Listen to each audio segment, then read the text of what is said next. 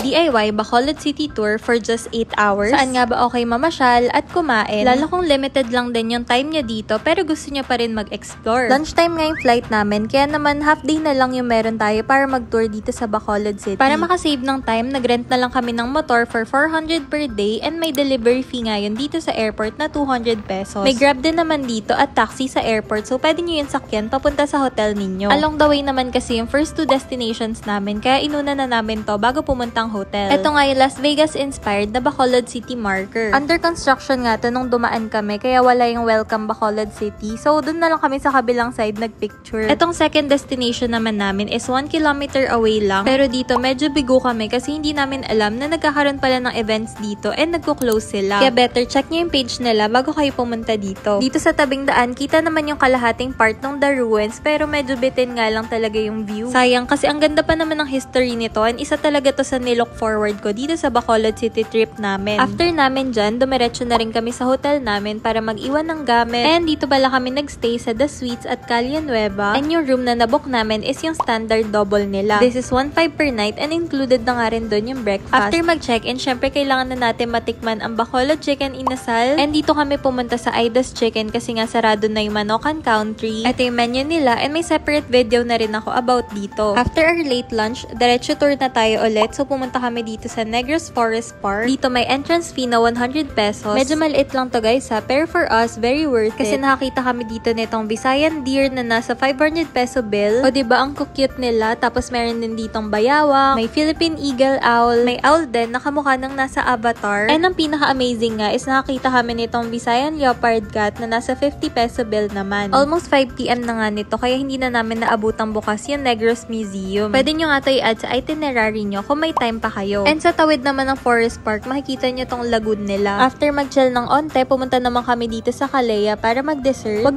nga kayong aalis ng Bacolod City nang hindi nyo to natatry, lalo tong mud pie nila na sobrang sarap. Isa to sa frozen cake nila and parang ice cream cake nga siya. Masarap nga rin yung base nito kasi parang Oreo cookie crumbs. Hindi rin katamisan at may almond slices pa. Kung mahilig din kayo sa cheesecake, magugustuhan nyo tong white chocolate cheesecake nila. Very firm yung mismong cheesecake and malalasahan yung puro talaga. Bukod sa marami kayong choices of cake dito, sobrang affordable lang din ng mga slices nila kasi yung total namin dito is 250 pesos lang para sa dalawang cake na yun. Pwede nyo nga ring daanan tong San Sebastian Church kapag gabi kasi sobrang daming ilaw nito and ang liwanag talaga. For dinner naman, nandito kami sa Aaron's Cancy House. Very homey nga yung vibes dito and I think isa lang din yun nasa menu nila. Tinanong lang kasi kami kung magkakansi daw ba kami and sabi namin yes, tapos pagkaupo namin, sinerban na rin nila kami agad. Kung mahilig kayo sa bulalo, for sure magugustuhan nyo to